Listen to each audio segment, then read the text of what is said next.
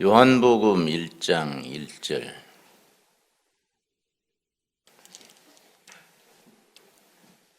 태초에 말씀이 계시니라. 이 말씀이 하나님과 함께 계셨으니 이 말씀은 곧 하나님이시니라. 요한복음은 마태, 마가, 누가 세 복음서와는 구별을 합니다. 마태, 마가, 누가, 요한, 누가복음까지를 공간복음, 관점이 같은 복음이다 해서 공관복음이라 하고, 요한복음은 공간복음과는 별도로 취급을 합니다.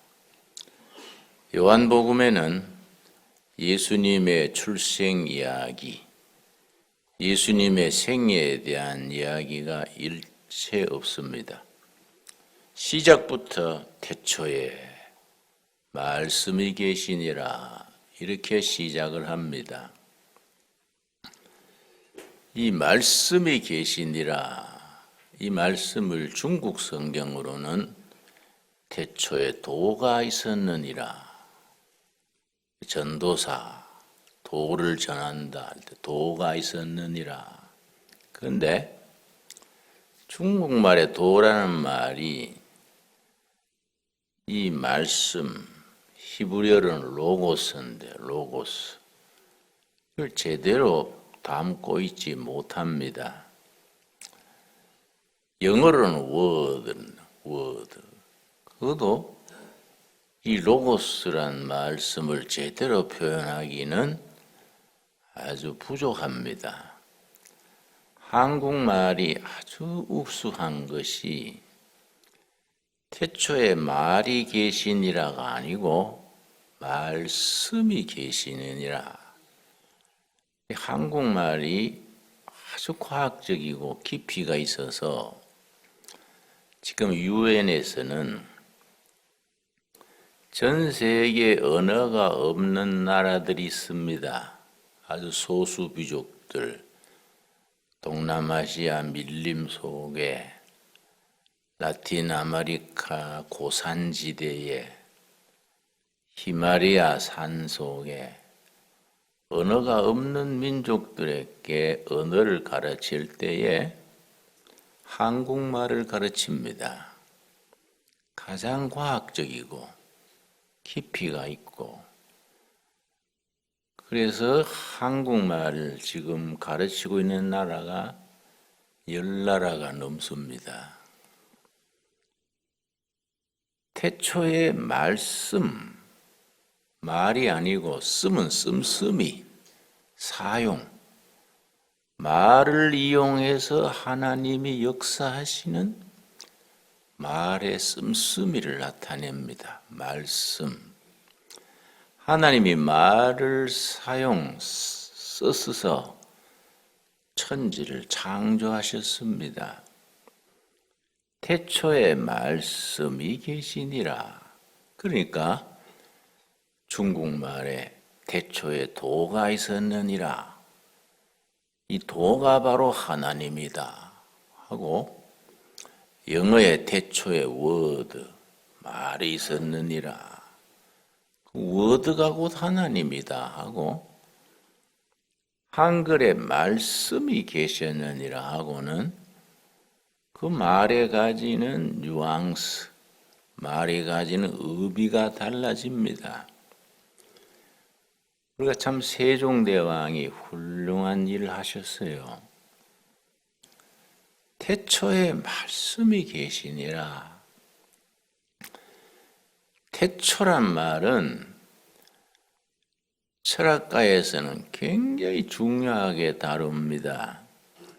철학가에 처음 입학하면 헬라 철학부터 배우는데 배울 때 처음 배우는 단어가 요 태초란 말입니다. 히랍의 태초란 말은 아르케입니다. 아르케. 아르케의 말씀 로고스가 계시니라. 이 로고스가 하나님과 함께 하셨는데 이 로고스가 곧 하나님이시니라. 이렇게 됩니다. 아르케란 말이 뭐냐 하면은 철학에서 얘기입니다. 모든 우주 만물이 근거하는 기본이 무엇일까? 이 세상에 나무, 곤충, 풀, 돌 고루고루 있는데 뭔가 기본이 있을 것이다. 그것이 무엇일까? 그걸 아르케라 그래요. 우주 만물이 존재하고 있는 가장 기본, 그 아르케. 그 아르케가 로고스, 말씀이다. 아주 깊이가 있는 문장이지요. 그런데 헬라어에서는 아르케란 의미가 네 가지 의미를 가집니다. 그래서 성경을 정확하게 이해하고 번역하려면은 그 네 가지를 다 번역을 하면은 의미가 분명해지는데 성경의 그 네 가지를 다 번역할 수는 없지요. 그래서 가장 태초에 맨 시작에 그 한 가지만 번역하고 있습니다. 맨 시작에 로고스, 말씀이 계시니라는데 로고스, 아르케의 첫 번째 뜻은 기초입니다. 기초. 모든 것의 기초에 산이 있고 들이 있고 사람이 있고 나무가 있고 모든 것의 기초, 파운데이션입니다. 파운데이션. 기초에 로고스, 말씀이 계셨다. 그걸 우리에게 이해가는 일이지요. 말씀으로 모든 걸 창조하셨으니까 그 기초에 말씀이 계셨지요. 두 번째는 뭔가 사물과 사건들이 있는데 가장 속 중심에는 뭐 있었을까? 가장 속 중심에. 그걸 코아 그래요. 코아. 그게 복숭아에 비유합니다. 복숭아 껍질을 까면 우리 먹는 복숭아가 나오고 복숭아 먹고 나면 단단한 열매가 나옵니다. 우리 어릴 때는 그걸 약재라 그래서 돌로 깨뜨려서 그 속에 손톱만한 핵이 나옵니다. 거기 코아지, 코아. 나무다, 돌이다, 모든 것을 깨고 양파 껍질을 벗기고 나가면은 제일 속에 뭔가 가장 소중한 알맹이가 있을 것이다. 거기 코아입니다. 코아. 모든 것의 가장 속 중심에는 말씀이다. 말씀.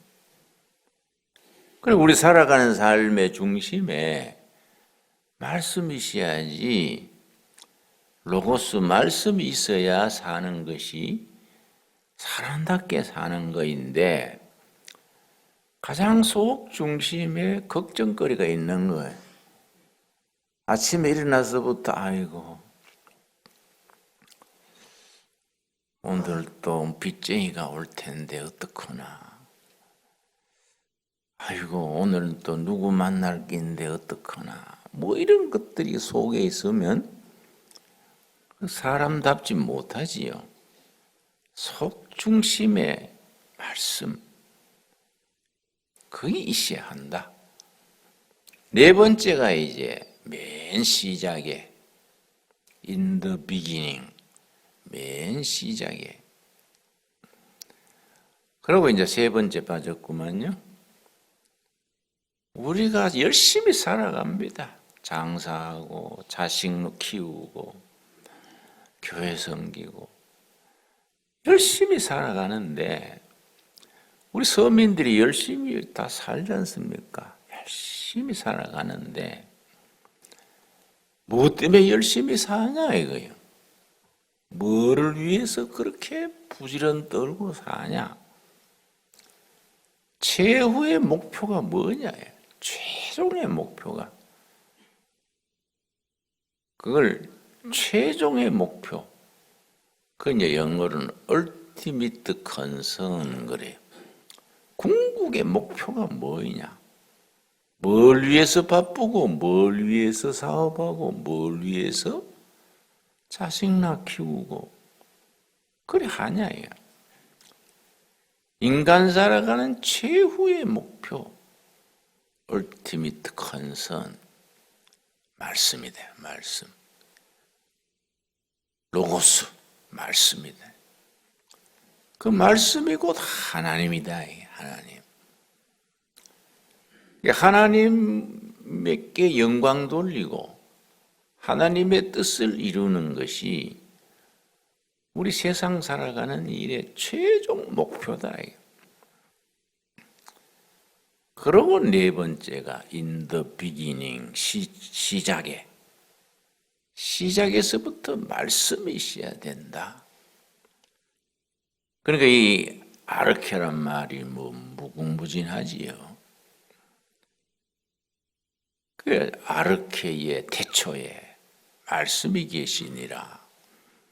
성경 66권 중에 아르케 태초로 시작하는 책이 3권입니다. 창세기 1장 1절 태초에 하나님이 천지를 창조하시니라. 요한 1서 1장 1절에 태초부터 있던 생명의 말씀에 대하여는 우리가 들은 바요 본 바요 손으로 만진 바라. 또 요한복음 1장 1절에 태초에 말씀이 계시니라. 그런데 이 3권이 다 태초로 시작이 되는데 내용이 다른 겁니다. 요한복음의 태초 아르케는 하나님이 계시던 태초이기 때문에 그게 언제인지 누가 아무도 사람의 머리로는 짐작을 못하지요. 하나님이 계시는 태초니까. 그런데 창세기 1장 1절의 태초는 그 태초에 계시던 하나님이 천지를 지으신 태초니까 시작이 있는 거고 과학자들이 그걸 연구를 했습니다. 물리학자들, 천문학자들이 창세기 1장 1절의 태초가 언제일까? 그걸 143억 년 전이다. 혹은 137억 년 전이다. 어떻게 그걸 계산을 했을까? 참 천재들이 많아요.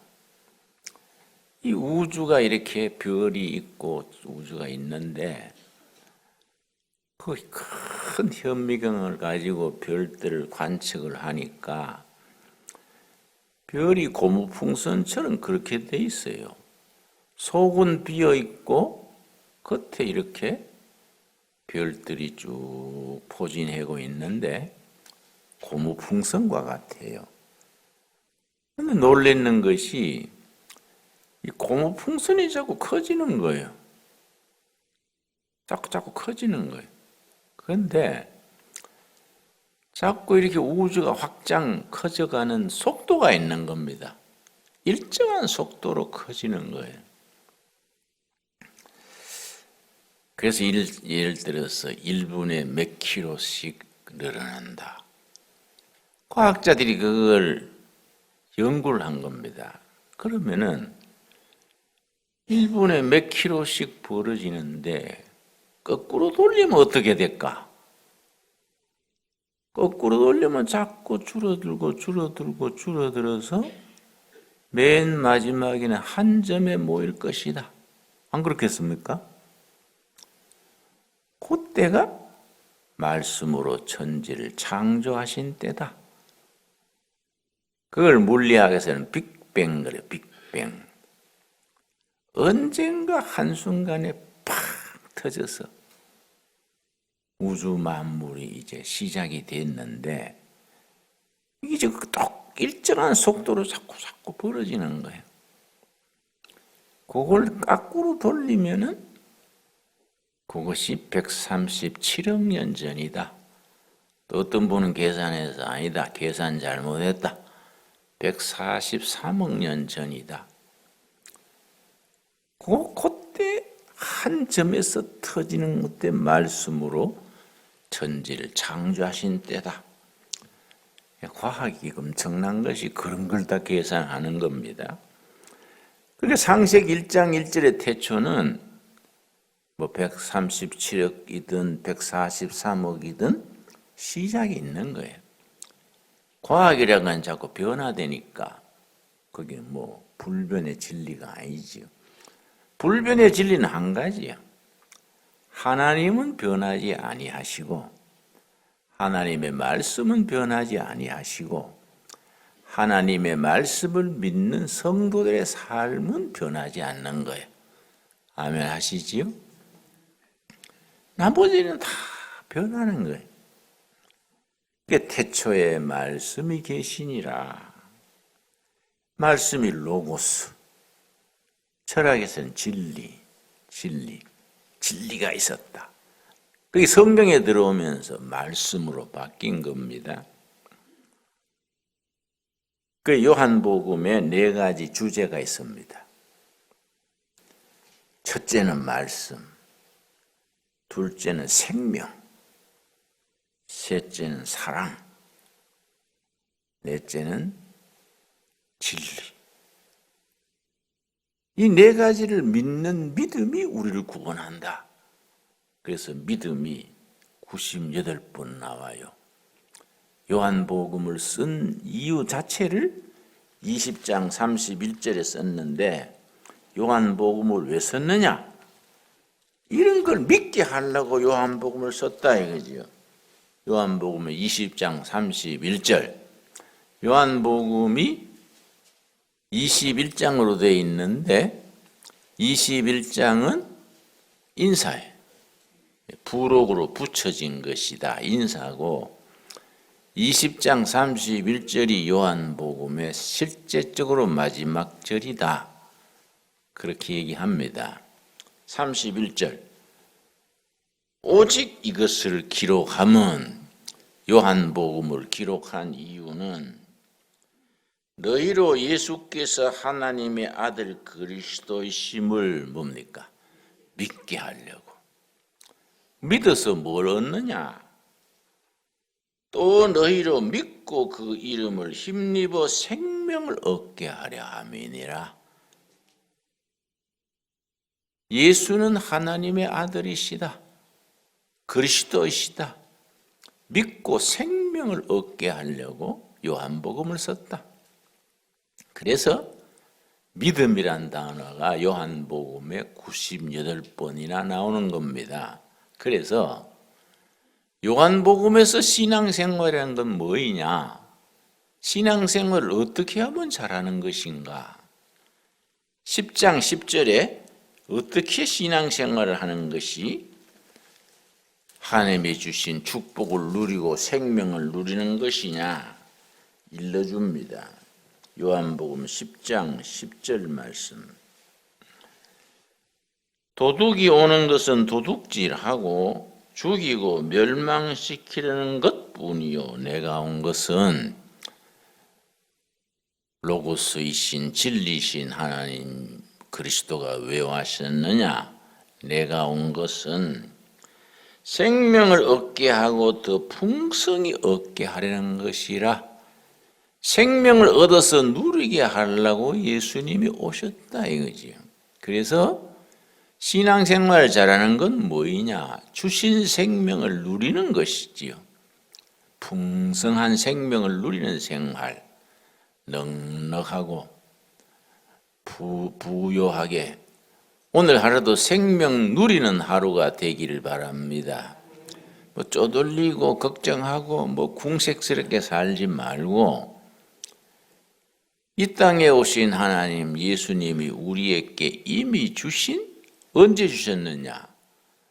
말씀을 듣고 믿을 때 생명을 얻게 하신 거예요. 그 얻은 생명을 누리는 것이 신앙생활이다. 이 하루 새벽 제단에 나와서 기도로 하루를 시작했는데 저녁에 잠들 때까지 생명을 누리는 복된 하루가 되기를 바랍니다. 그러면 그 생명을 어떻게 누리느냐? 어떻게? 언제부터 누리느냐? 요한복음 1장 12절이지요. 요한복음 1장 12절. 12절이 믿음의 시작이고 생명 누리는 시작이지요. 1장 12절. 그래서 성경 66권이 다 그렇습니다만은 책마다 요점을 딱 파악을 하면 한결 이해가 쉽고 우리 마음에 잘 박힌 못처럼 말씀이 딱 뿌리를 내리게 되는 겁니다. 1장 12절. 영접하는 자, 손님을 영접한다 그러지요? 로고스이신 예수님을, 말씀이신 예수님을 우리 마음에 모시는 것, 주인으로 모시는 겁니다. 영접한다는 것은 곧 무슨 말이냐? 영접하는 자, 곧 그 이름을 뭐 하는 자? 믿는 자. 그래서 믿음이 소중한 거예요. 믿는 자. 예수님을 주인으로 영접한다는 것은 믿는다. 믿습니다 하고 영접하는 자, 믿는 자는 하나님의 자녀가 되는 권세를 줬다. 천국 시민권을 주신 겁니다. 천국 시민권. 우리가 영접하고 예수를 믿을 때 천국 시민권을 얻는데 그게 하나님의 자녀가 되는 권세, 천국 시민권을 줬는데 시민권을 적어놓은 책이 있어요. 천국의 시민이 탁 되면은 시민권 명단이 있는 겁니다. 그걸 요한계시록 20장에 생명책이라 그래요. 생명책. 이해하시지요? 그 예수님이 우리 주인으로 우리가 영접하고 예수님을 믿을 때 우리 이름이 하늘나라 생명책에 탁 올라가는 겁니다. 김진홍. 탁. 여러분 다 이름이 생명책에 기록된 줄 믿습니다. 그걸 믿어야 돼요. 그 나중에 이 땅의 생활을 끝내고 천국 들어갈 때에 천국에서 딱 생명책의 이름을 확인하는 거예요. 김진홍 있구만. 천국으로. 오케이. 그래서 하늘나라 생명책에 이름이 있는 사람은 천국에 통과라. 통과. 그냥. 근데 생명책에 이름이 없는 사람은 어떡하냐? 그 사람은 행위대로 심판을 받는다. 공자님이나 소크라테스 같은 분하고 김정일이나 스탈린 같은 하고 같은 지옥에 한 방에 들어가는 아니다 이게. 행위를 따라. 행위가 좋은 사람은 좀 좋게 좀 나은 데 가고 스탈린이나 김정은 같은 친구는 아주 모진 데 가겠지요. 우린 그 신경 쓸 거 없어요. 어느 동네 가든 그 동네 신경 쓸 거 없고 우리는 이름이 어디에 적혀 있습니까? 생명책에 있는 거요. 확실하지요? 긴가민가한 사람 있습니까? 그러면 안 된다. 생명책에 이름이 언제 있느냐? 영접하는 자. 곧 그 이름을 믿는 자는 생명책에 이름이 탁 입적돼 가지고 천국 시민권이 나온 겁니다. 영접하는 자, 곧 그 이름을 믿는 자는 하나님의 자녀가 되는 권세를 주셨다. 그 사람을 구원받은 사람이다. 하나님의 자녀가 된 것이다. 그런 확신에 거할 수 있게 되기를 바랍니다. 그래서 요한복음은요, 깊이가 있습니다. 그 요한복음은 읽고 또 읽고 또 읽고 깊이 있게 써야 돼요. 그래서 우리 저 머리 홀랑 깎고 철학 강의하는 강사 있지요. 김용옥인가 영욱인가 그냥 기억나지요. 율부린처럼 머리 뱉고 치고 뭐 쇠소리 내가지고 악쓰는 사람이 있잖아요. 아주 명문 신앙 가정의 출신입니다. 그 사람이 학생들한테 강의하면서 이러더라고요. 나는 고등학교 졸업할 때까지는 목사가 되기를 원했습니다. 근데 왜 목사가 안 됐느냐? 한국교회 다녀보니까 세 가지만 알못됩디다. 믿어라, 돈 내라, 집 짓자. 그거밖에 없다는 거야, 한국교회가. 그 저는 목사가 안 되고 철학 교수가 됐다. 그러니까 학생들이 그 말 듣고 또 박수를 치더라고요. 그러니까 참 별일이다. 쥐가 안 믿으면 안 믿지 왜 그렇게 그런 소리를 하냐. 근데 그 사람이 요한복음 강의록을 요한복음 묵상책을 썼다 그래서 그건 아니지요. 예수님을 구주로 영접하고 생명을 누리는 사람이 요한복음을 써야지 뭐 생명을 누리지도 않는 사람이 그냥 써가지고는 내용이 다르지 않습니까? 요한복음 이런 책은 영적인 책의 엑기스지요.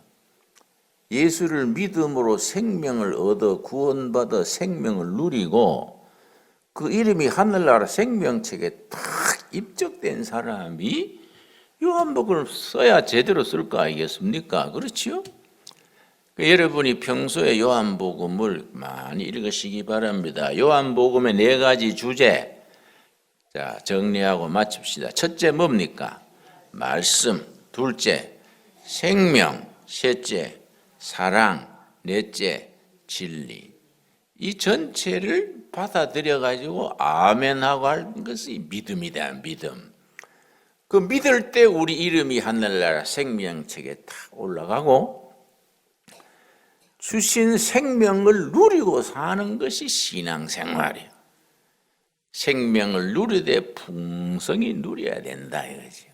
여러분 오늘 하루 이미 얻은 생명을 풍성하게 누리는 복된 하루가 되길 바랍니다. 그래서 우리 예수 믿는 사람은 뭐 돈이 없어도 주머니에 문지밖에 안 들어도 신바람 나야 돼요. 뭐 하늘나라에 생명책에 이름이 쫙 있고 뭐 생명을 누리다가 천국 갈 길인데 뭐 그 좀 뭐 돈 없다고 기죽을 거 없지 않습니까? 안 그래요? 응? 이 요한복음은 우리에게 생명 누리기. 오늘 하루도 우리 생명을 누리는 복된 하루가 될 수 있기를 바랍니다. 기도하겠습니다. 주님 은혜를 감사드립니다.